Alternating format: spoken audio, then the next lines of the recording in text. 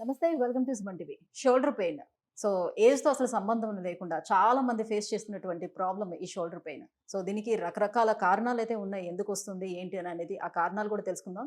దీంతో పాటుగా shoulder pain వచ్చినప్పుడు దీనికి రీజనరేటివ్ థెరపీ అనేది ఏ రకంగా మనకు పనిచేస్తుంది? సో ఎలా యూజ్ అవుతుంది మనకి? ఈ విషయాలు కూడా అడిగి తెలుసుకుందాం. మనతో పాటు ఉన్నారు డాక్టర్ సుధీర్ ధారా గారు from EPN pain management Jubilee Hills. Hello sir. Hi అండి. Sir shoulder pains. So maximum complaints వచ్చే దాంట్లో షోల్డర్ పెయిన్స్ పక్కా ఉంటాయి కదా!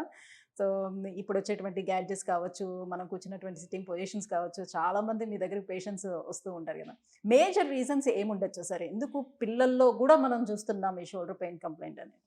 2 సెగ్మెంట్స్ ఉన్నాయి. ఒకటి యంగ్‌స్టర్స్‌లో వచ్చే షోల్డర్ పెయిన్, కొంతమందికి ఓల్డ్ ఏజ్. అంటే ఓల్డ్ ఏజ్ అంటే 55 దాటాక, 60 దాటాక.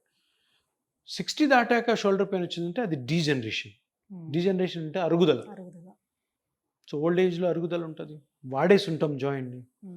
ఇంకొకటి చిన్నపిల్లలు. చిన్నపిల్లలు అంటే యంగ్‌స్టర్స్‌లో 30-50, 30-45, 50. ఇందులో ఒకటి యాక్సిడెంట్స్, రెండోది స్పోర్ట్స్ ఇంజరీస్. ఆర్ మీరు అన్నట్టు అబ్నార్మల్ పొజిషన్లో వర్క్ చేయడం, అబ్నార్మల్ డ్రైవింగ్ చేయడం, abnormal activities, abnormal unnecessary exercises, gym main. అంటే చాలా మంది ఇప్పుడు పెయిన్ వస్తుందని అంటే జిమ్‌కి వెళ్తే తగ్గుతుందేమో అని వెళ్తుంటారు కదా! అందరికి stretching చేయడం అర్థం కాని వల్ల విషయం ఏంటంటే ఏది చేయాలన్నా కూడా సైన్స్ ఉండాలి. సో జిమ్కి వెళ్ళాలి లేదా అన్నది ఆ పర్టికులర్ పార్టీకి సంబంధించిన డాక్టర్ అడిగితే చెప్పేస్తాడు వెళ్ళొచ్చా లేదా అని. కానీ మనం తప్పు చేస్తాం అది. ఇప్పుడు షోల్డర్ ఇంజరీస్ అయ్యాయి జిమ్ వల్ల. నా దగ్గర ఎవ్రీడే ఒక పేషెంట్ ఉంటాడు జిమ్లో ఇంజరీ అయ్యి షోల్డర్ పెయిన్తో వచ్చిన పేషెంట్. ఒక పేషెంట్ అయితే గ్యారంటీ ఉంటాడు. ఏం చేసావు బాబు అంటే, సార్ జిమ్ ఎక్కువ చేశాను సార్. 10 సంవత్సరాలు చేస్తున్నాను సార్, మొన్న వచ్చింది సార్ ఇంజరీ అంటాడు. ఎందుకు వచ్చింది? 10 సంవత్సరాలు నీ బాడీ, నీ షోల్డర్లో స్ట్రక్చర్స్ అది హోల్డ్ చేసాయి. ఇప్పుడు ఏజ్ అయిపోతుంది కదా, సో ఇప్పుడు గివ్ అవే. అక్కడ ఏదో ఒక లిగమెంట్ కానీ టెండాన్ కానీ కట్ అయి ఉంటుంది. సో అందరూ ఏమనుకుంటారంటే ఈ యాక్టివిటీస్ చాలా హెల్దీ అనుకుంటారు. అవి సైంటిఫిక్గా చేస్తే హెల్దీయే. అన్సైంటిఫిక్ వేలో నువ్వు ప్రాపర్ అడ్వైజ్ లేకుండా చేసావంటే ఇట్లా జరుగుతుంది. So gym, unnecessary exercise, undue travels, driving చేయడము, అబ్నార్మల్ పొజిషన్లో వర్క్ చేయడం, అబ్నార్మల్ పొజిషన్లో నిద్రపోవడం, అబ్నార్మల్ పొజిషన్లో ట్రావెల్ చేయడము, ఇవన్నిటి వల్ల కూడాను చిన్న వయసులో వస్తాయి. 30 నుంచి ఒక 40-45. సో ఈ 2 సెగ్మెంట్స్లో కూడాను ఫైనల్గా ఎందుకు వస్తుంది సార్ షోల్డర్ పెయిన్? అది చాలా కష్టమా కనుక్కోవడం అంటే చాలా సింపుల్ కనుక్కోవడం. ఎందుకంటే షోల్డరు జాయింట్ పెద్దతే అయినా కానీ బోలాబాలా జాయింట్. ఇది ఏముంటుంది? ఒక జాయింట్ ఉంటుంది, 2 బోన్స్ మధ్యలో జాయింట్, చుట్టూ 4 మజిల్స్ ఉంటాయి. ఏముండవు. ఇంకా ప్రాబ్లం వచ్చింది అంటే వీటిల్లోనే రావాలి. షోల్డర్ జాయింట్లోనే రావాలా. దీనికి 4 మజిల్స్ ప్రొటెక్షన్ ఉంటుంది, బౌండరీ, సోల్జర్స్ లాగా. ఫ్రంట్లో ఏమో సబ్స్కాపులారిస్ అని ఉంటుంది, పైన వచ్చేసేసి సుప్రాస్పైనటస్ ఉంటుంది, వెనకాల టెరిస్ మైనరు, ఇంకొక ఇన్ఫ్రా స్పైనటస్ అని ఉంటుంది. 4 మజిల్స్. ఈ 4 మజిల్స్లో అన్న ప్రాబ్లం ఉండాలా, జాయింట్లో అన్న ప్రాబ్లం ఉండాలి. చాలా సింపుల్. అండ్ దీని డయాగ్నోసిస్ మన దగ్గర ఉన్న చిన్న అల్ట్రాసౌండ్ మిషన్తో మొత్తం బయటపడిపోతుంది. ఎంఆర్ఐకి కూడా పోవాల్సిన అవసరం లేదు. అల్ట్రాసౌండ్ డయాగ్నోసిస్ తోటి షోల్డర్ జాయింట్లో ప్రాబ్లం ఉందా, ఇన్ఫ్రాస్పైనటస్లో ఉందా, టెరిస్ మైనర్లో ఉందా, సుప్రాస్పైనటస్లో ఉందా, సబ్స్కాపులారిస్లో ఉందా. మరి ఫ్రోజన్ షోల్డర్ అని వస్తుంది కదా. ఇప్పుడు నెక్స్ట్ అది. సో ఇదేంటి ఫ్రోజన్ షోల్డర్? ఫ్రోజన్ షోల్డర్ అంటే ఏదో అదొక డయాగ్నోసిస్ కాదు. ఫ్రోజన్ షోల్డర్ అనేది ఇప్పుడు ఈ జాయింట్ ఉంది ప్లస్ ఈ 4 మజిల్స్ ఉన్నాయి కదా, ఈ 4 మజిల్స్లో ఎక్కడైనా ఒక క్రాక్ వచ్చింది అనుకో, బికాజ్ ఇంజరీ వల్ల కానీ, జిమ్ వల్ల కానీ, ఎక్సర్సైజ్ వల్ల ఏదో ఒక రీజన్ పడిపోయి ఉండొచ్చు. దాన్ని వచ్చినప్పుడు ఏమవుతుంది, ఆ మజిల్ యాక్షన్ పోతుంది, తగ్గిపోతుంది. తగ్గిపోయినప్పుడు ఏమవుతుంది, మూమెంట్స్ ఉండవు. ఇప్పుడు సుప్రాస్పైనటస్ అని ఒక మజిల్ ఉంటుంది, చాలా ఇంపార్టెంట్ మజిల్. అది దాని పని ఏంటంటే చెయ్యి పైకెత్తడం. అర్థమైందా? చెయ్యి పైకెత్తడం. సో ఆ మజిల్ కట్ అయింది అనుకో, చెయ్యి పైకెత్తడం తగ్గిపోతుంది. సో ఏం చేస్తారు, చెయ్యి పైకెత్తరు, ఈ లెవెల్లో అన్ని పనులు చేసేసుకుంటుంటారు. అప్పుడేమవుతుంది, ఈ 90 degrees మీద ఉన్న యాక్షన్ పోతుంది. పోయినప్పుడు ఏమవుద్ది, జాయింట్లో మూమెంట్స్ లేకపోతే జాయింట్ ఫైబ్రోసిస్ వస్తుంది. ఫైబ్రోసిస్ వచ్చినప్పుడు జాయింట్లో స్పేస్ నెమ్మదిగా పోతుంది. పోయినప్పుడు మూవ్ కాదు, అప్పుడు ఫ్రీజ్ అవుతుంది షోల్డర్. ఫ్రీజ్ అయ్యే షోల్డర్ని షోల్డర్ జాయింట్ అంటారు. ఫ్రీజ్ అయ్యే షోల్డర్ని షోల్డర్ జాయింట్ అంటారు. దానికి కారణం ఏంటి, ఈ 4 ఒక మజిల్ దెబ్బతినడం. దెబ్బతినడం వల్ల ఆ మజిల్ యొక్క మూమెంట్ తగ్గిపోవడం వల్ల షోల్డర్ జాయింట్లో మూమెంట్స్ కూడా ఆటోమేటిక్గా తగ్గిపోయి షోల్డర్ ఫ్రీజ్ అవ్వడానికి ఫ్రోజన్ షోల్డర్ అంటారు. సో కారణం ఫైనల్గా కదలిక ఉండదు. ఇప్పుడు దెబ్బ తగిలింది, మనం ఎత్తము, సర్లే ఎత్తకుండా అన్ని పనులు అయిపోతున్నాయి, స్లోగా ఈ 180 degrees తగ్గి 0 అయిపోతుంది. 0 లేదు, దాని ఫ్రోజన్ షోల్డర్. మజిల్ దెబ్బతింటే అక్కడ వరకే పెయిన్ ఉంటుందా? అంతే, ఆ ఒక్క మజిలే ఉంటుంది, బట్ స్లోగా అన్నీ వచ్చేస్తాయి. సో ఏం చేస్తారు ఇప్పుడు?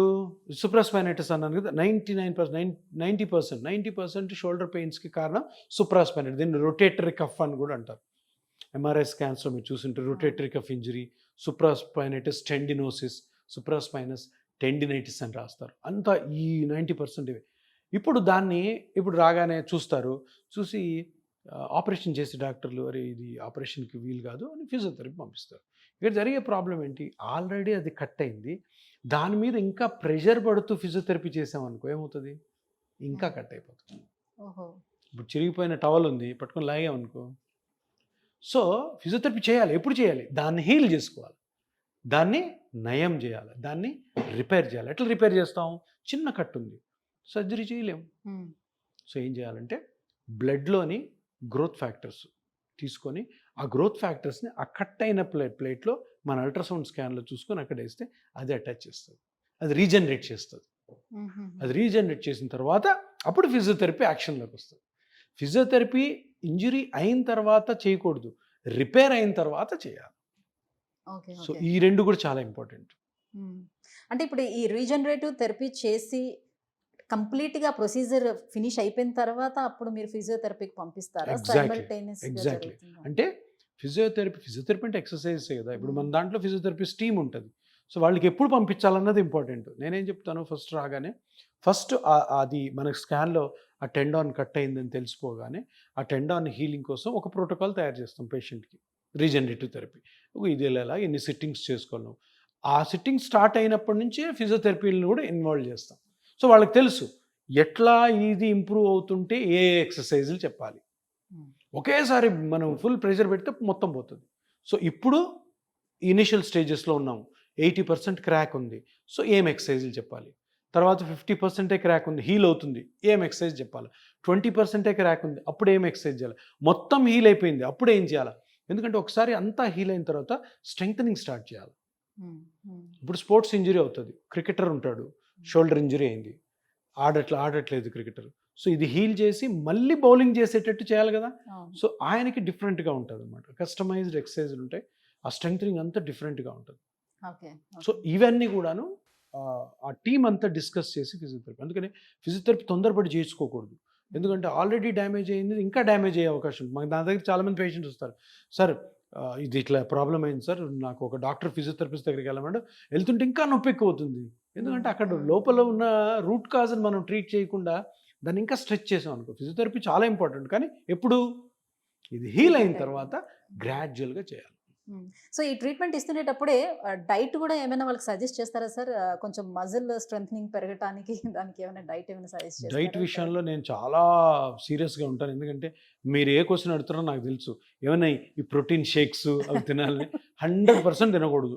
అంటే మనం రోజు స్ట్రెంథనింగ్ కావాలంటే ప్రోటీన్స్ తీసుకోవాలని, స్ట్రెంథనింగ్ కావాలంటే మజిల్ స్ట్రెంథన్ చేయాలి, కానీ తినడం వల్ల ఏమీ కాదు.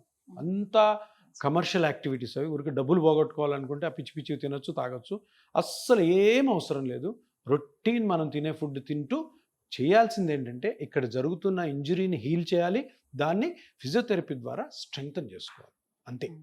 ఫుడ్ వల్ల ఏ విధమైనటువంటి ఉపయోగము ఉండదు. అనవసరమైన ఇంకేమైనా వేరే ప్రాబ్లమ్స్ ఏమైనా వస్తే రావచ్చు, సైంటిఫిక్గా లేని ఫుడ్స్ తింటే. దీనికి దానికి సంబంధం ఏం లేదు. రైట్, నెక్ పెయిన్ నుంచి కూడా షోల్డర్ పెయిన్ వస్తుంది కదా, మరి దాన్ని ఎలా? ఇక్కడ ఇది మంచి పాయింట్, ఎందుకంటే ఇప్పుడు ఈ నెక్ షోల్డర్ పక్కన ఉన్నాయి కదా, మహా అంటే ఒక 15 సెంటీమీటర్స్. ఈ రెండు కన్ఫ్యూజ్ అవుతారు డయాగ్నోస్ చేయడంలో. ఈరోజు ఒక పేషెంట్ చూశాను నేను, ఒక పెద్ద హాస్పిటల్లో అతనికి షోల్డర్ ప్రాబ్లం ఉంటే సర్వైకల్ స్పైన్ సర్జరీ చేశారు. అది తర్వాత ఆ పేషెంట్ చాలామంది డాక్టర్స్ని అడిగితే కూడాను అరే నీకు అనవసరంగా జరిగింది, సర్లే ఆ డాక్టర్ గారు మంచి జరుగుతుందని చేశారు, కానీ యాక్చువల్లీ ముందు ఎంఆర్ఐలు చూస్తే ఆ సర్వైకల్ స్పైనే లేదు, సర్జరీ జరిగిపోయింది, షోల్డర్ పెయిన్ పోలే.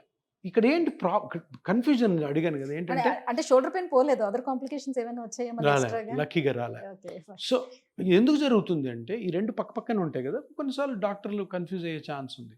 ఓకే. సో అందుకని తప్పకుండా సర్వైకల్ స్పైన్ ఫీచర్స్ వేరే ఉంటాయి, షోల్డర్ ఫీచర్స్ వేరే ఉంటాయి. అవి రెండు కరెక్ట్గా కనిపెట్టే ట్రీట్మెంట్ స్టార్ట్ చేయాలి, లేదంటే రాంగ్ అయిపోతుంది. ఇప్పుడు సర్వైకల్ స్పైన్ నుండి షోల్డర్కి ట్రీట్మెంట్ చేసిన, షోల్డర్ ట్రీట్మెంట్ అవసరం ఉండి సర్వైకల్ స్పైన్ చేసిన ప్రాబ్లమే.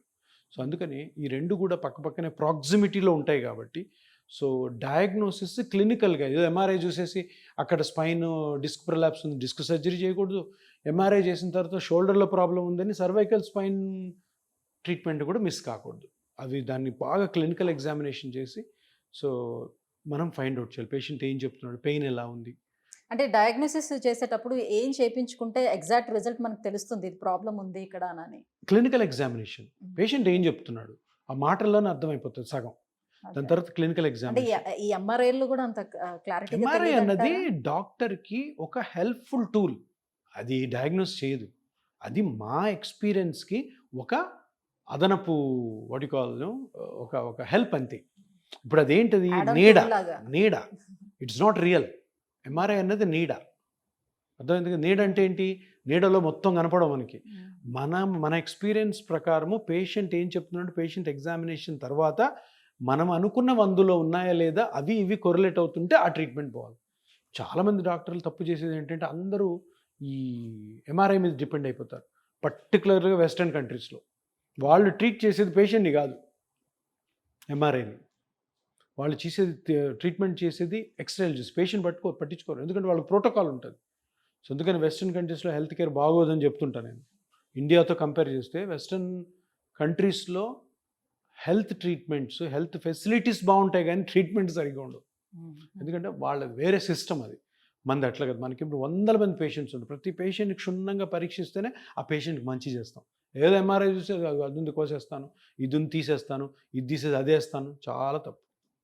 అందుకని నేను పెయిన్ మేనేజ్మెంట్ సెంటర్స్లో రీజనరేటివ్ థెరపీ వచ్చిన తర్వాత ఇటువంటి అన్నెసరీ సర్జరీస్ అన్నీ కూడా ఆగిపోతున్నాయి. సర్జరీ ఉంది ఎప్పటికైనా కానీ ఫస్ట్ మనం ఇట్లాంటి చిన్న చిన్న ట్రీట్మెంట్స్తో పేషెంట్ రికవర్ చేసి కానప్పుడు సర్జరీకి పోతాం. ఆప్షన్ ఎప్పుడు ఉంది కదా. సో ఇప్పుడు ఈ పిఆర్పి ట్రీట్మెంట్స్ అనేవి చాలా ఎక్కువగా వచ్చేసాయి, చాలా మంది క్లినిక్స్ పెడుతున్నారు. సో బయటన చాలా మంది డిపెండ్ ఆన్ ప్రైస్ని కూడా చూసుకొని చాలా మంది వెళ్ళి చేయించుకుంటున్నారు. సో రిజల్ట్ రాని వాళ్ళు రిజల్ట్ రాలేదు, అంత పెద్దగా మనకి ఏం వర్కౌట్ కావట్లేదు అని కూడా చెప్తూ ఉంటారు. సో బయట క్లినిక్స్తో కంపేర్ చేసేటప్పుడు మనకి ఈపియాన్ పెయిన్ మేనేజ్మెంట్ అనేది ఎలా డిఫరెంట్ అసలు? ఇది ఇపియాన్లో స్టార్ట్ అయింది ఇది, ఈ ట్రీట్మెంట్ ఇంతకుముందు ఉంది. దాంట్లో మనం అంటే కొంచెం రిఫైన్ చేసి ఈ ట్రీట్మెంట్ని ఒక ప్రోటోకాల్ తయారు చేసాం ఇపియాన్లో. సో అది కొంచెం అగ్రెసివ్గా వెళ్తుంది మీరు వెళ్ళాలి, మంచి జరుగుతున్నప్పుడు అగ్రెసివ్గా వెళ్ళాలి. ఈ అగ్రెసివ్నెస్లో చాలా హర్డల్స్ వస్తాయి, అవన్నీ ఎదుర్కొని వెళ్తున్నాం. మనం వెళ్తేనే ఇప్పుడు ఎవరొకరు ముందుంటే మన వెనకాల చాలామంది డాక్టర్స్ వస్తారు, ప్రజలకు మంచి జరుగుతుంది, పేషెంట్స్కి మంచి జరుగుతుంది.